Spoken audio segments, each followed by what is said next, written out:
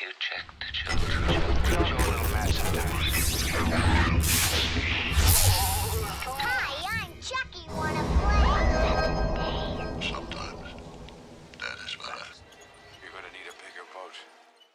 Hey everyone, welcome back to the horror show. I'm Cecil Laird. Rolo, man. And we are here to do a brand new movie review.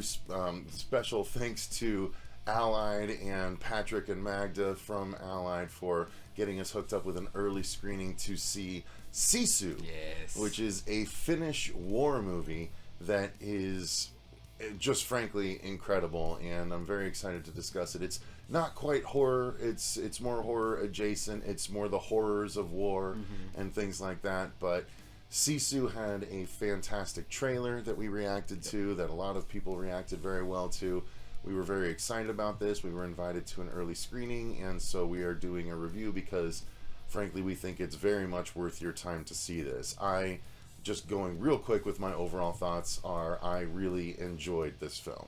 Absolutely. This movie was a blast from start to finish. Literally a blast. Start to finish. Because it is finished.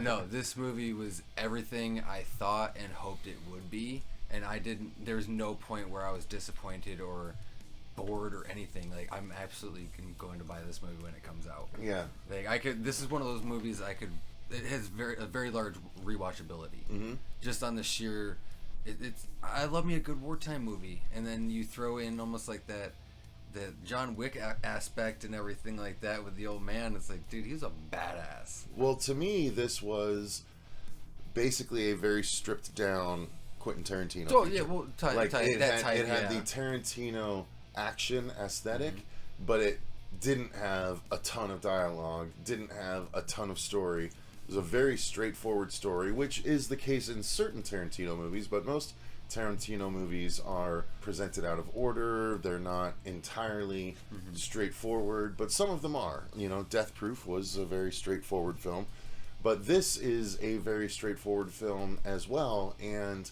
I just thought it was so entertaining the whole way through. The main character, it's one of those films where the main character doesn't even have hardly any dialogue through the whole thing.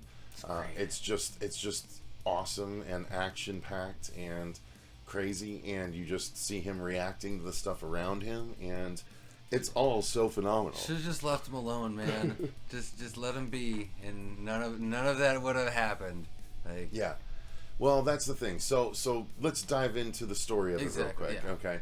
So the story is about a man who you get the impression very quickly that he is an ex-military man that has tried to. I mean, I think they even say at the very beginning in the description that he's an ex-military guy that has now just turned to prospecting. Yep. And it's still in the middle of a war that his country, Finland, is embroiled in. Yep. But he has left the war efforts. And so he is now a prospector, and at the very beginning of the film, he comes across some gold. And basically, he takes the gold and has to make his way across the countryside in order to achieve some goal with the gold that he now has in his possession. We don't know what he's doing, but, you know, it obviously has to do with the gold that he's found. And unfortunately, while he's on his way, he runs afoul of some Nazi soldiers. And the Nazi soldiers are not the, hey, go ahead and pass on by type. They're Nazis. They're dicks. They're Nazis. They're basically bridge trolls. Yeah, they're in this dicks. film. Yeah, they're bridge trolls. Exactly. You know, they're literally. They're especially one of the characters. He looked like a stinky little troll. Yeah, pretty much. Yeah. So the only thing that I could think of through this whole thing, the only criticism I have for this movie is that none of this had to happen if he just didn't ride down the main fucking road. Oh, believe me, I thought that too. That's always my thing. It's like just go like a half a mile this direction. Like, in any just of those, don't go on the main road. scenarios, it's like don't stick to the road. Like, always go off the beaten path and everything like that. Stay away from the road. Like, it's. But, you know, movie's sake. Yeah, movie's sake. And that's not the case. And maybe he needs to follow the road specifically to get to his destination. But nonetheless, this ex-soldier is confronted by Nazis who are like, hey, what are you doing, man? You know, and like giving him crap because they're Germans and he's clearly Finnish. They don't know that he's an ex-military or anything like that. But they give him shit, and they're like, "What are you carrying?" And they like, and one group finds a piece of gold, and they're like, "This guy's got gold," and they like start to try and take it, and he basically defends his loot. He John Wicks their ass. Yeah, he John Wicks them. This is the part that's in the trailer, so it's very early on in the movie. It's not really spoilery, but you show how deadly that this man is, and then become more involved in the story after that point. And dude, there's times where he basically becomes MacGyver. Well, yeah, but that's the fun thing. Well, I know that was dude. There's times he becomes Superman. Who are you kidding? Oh, I know. Yeah, I know. Like this is okay. This is one of those movies. Like there are some like check your brain at the door. Yeah, it is one of those obviously action types and everything. It's not stupid. It's not the stupid kind of check your brain at the door. It's just check your brain at the door as far as consequences for people's actions in this film. Yeah. Because, like, there's people that would be dead numerous times over. But, I mean, that's part of the legend, right? There's a legend that this man is immortal. And they definitely lean into that. I think he's just stubborn. That's the thing. That's the other thing. That's what someone says. It's not that he's immortal. He's just unwilling to die. Yeah. But it's really angry, cool. but it plays so well to the character. That's you get why parts of the backstory of why he is the way he is, and you get that sympathy for his character. And you're like, well, already you had that sympathy because like he just minded his own fucking business, and you guys just start fucking with him. Yeah. You get what you get. You fuck around and find out. But it's what I love about it is the stripped down story. Like we didn't need more than that. For a really lean, mean, hour-and-a-half long film, this is all you needed, and it gets lean and mean. And did you ever watch Faster with The Rock back in the day? I don't know. It's kind of like this, like the same things. Like he only basically had like a line or two of dialogue in this whole thing. I would not compare this to a Rock movie. But no, okay. I'm just saying that type of like the action, that straightforward kind of. Yeah. They just go through it. There's a minimal storyline, but it's just enough to. It's just badassery the whole way through. Yeah. And there's a whole scene when landmines come into play that was so awesome. Dude, that one scene, it took me off guard for a second. I'm like, all right, what's gonna happen? All of a sudden, oh, no way you're surviving that. Yeah, no, it's just a super entertaining movie the whole way through. So yeah, the story is he has to survive after the Nazi soldiers target him and his gold, and he's just trying to make it to his destination. Unfortunately, the Nazi soldiers do not give up very easily, so he has to go through a hell of a lot. But it's very entertaining to watch happen. You know what I mean? It's kind of like if you took John Wick and mixed it with Inglourious Basterds. Yeah. You know, it's kind of got that feel to it, and I really like that. You know, but John Wick without all the backing of an entire club and all that stuff. It still does bother me though. It's just the one man. I guess the first John Wick is very apropos, where he digs up his weapons and he's just a one man wrecking crew. Like that's the most appropriate. It's close to John Wick 1, not any of the rest of them. That's fair. Yeah. Yep. But this movie is a really, really good time, and I think it's very much worth everyone's visit to the theater. Oh, absolutely. This isn't one to sleep on to wait for streaming. No. Go see it in the theater.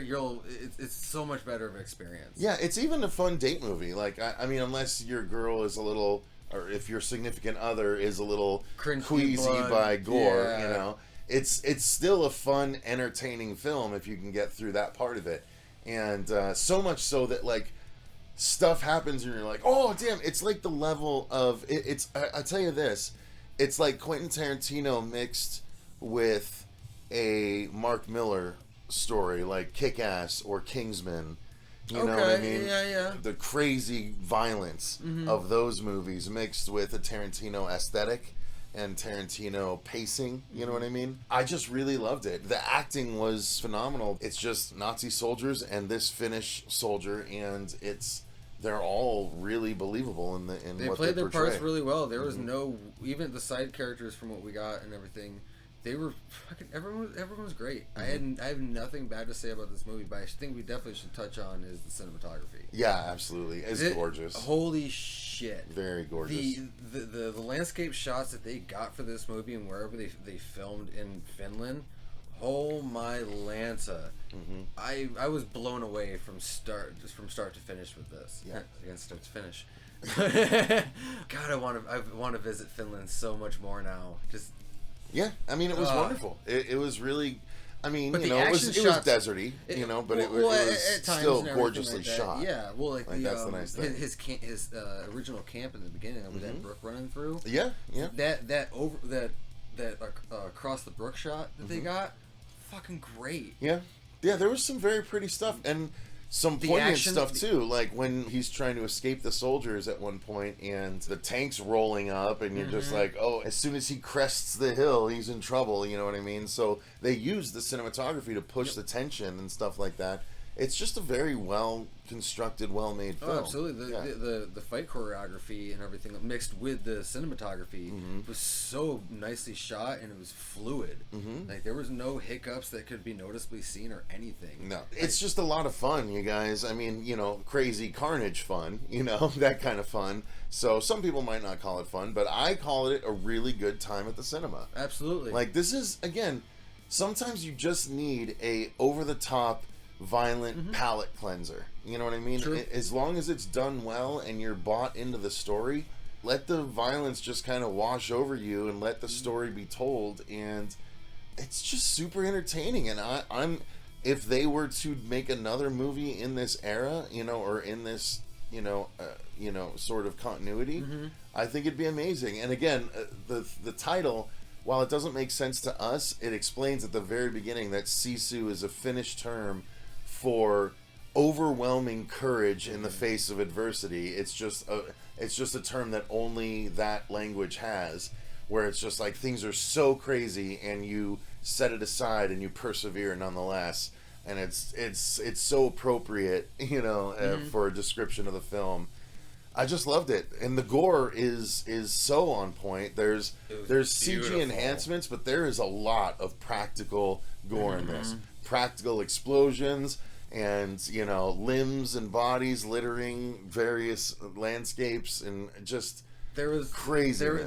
There was one mess up that I noticed with one of the rifles. I kind of had to laugh about it. God, yeah. Okay. Yeah, no, it was just like she had a bolt action rifle, and like how they masked it up was she was using a fully automatic rifle and everything, as everyone else is using like MP4s and shit. Maybe she's just really fast and you couldn't see this action. I'm gonna go Snaggins.